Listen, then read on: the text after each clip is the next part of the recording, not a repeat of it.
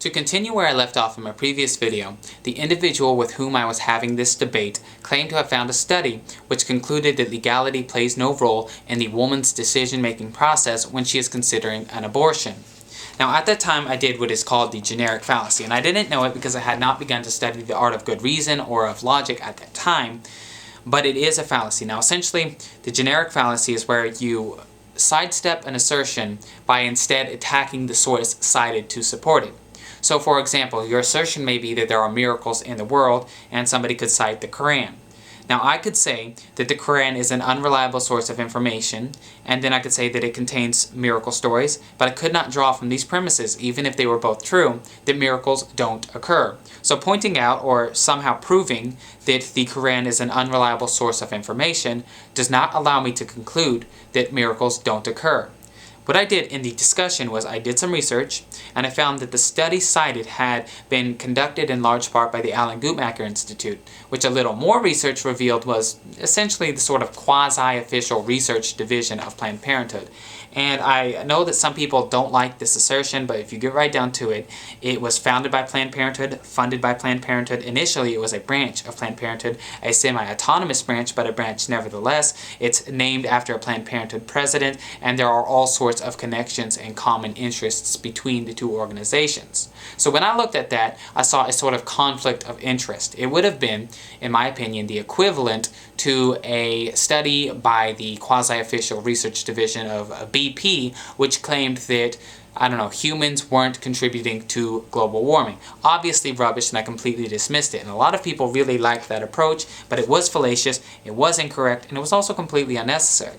I have since gone back and read the study that was cited, and it did not conclude that legality has no effect on whether or not a woman obtains an abortion.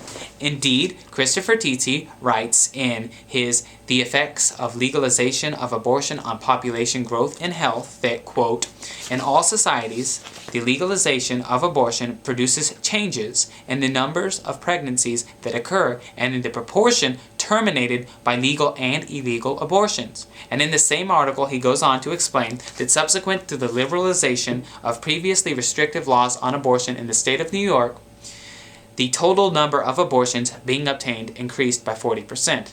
Now, the number of legal abortions jumped much higher than the number of illegal abortions, but the net number did increase, and this clearly demonstrates that the legality of abortion was in some way influencing women in their decision as to whether or not they should obtain an abortion.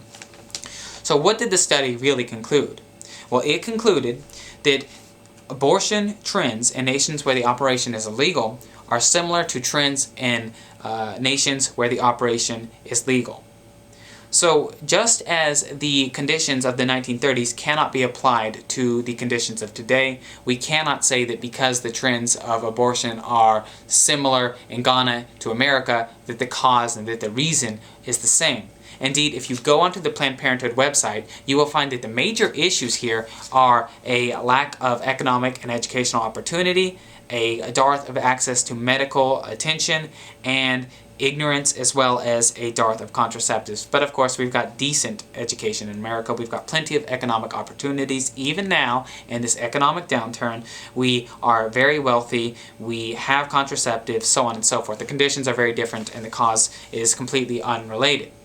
So in any case, in conclusion, I assert that while legality does influence a woman's decision as to whether or not to obtain an abortion, it does not influence the number of women who will die because of the operation in a significant fashion. The statistics have repeatedly demonstrated this, and it is a historical fact.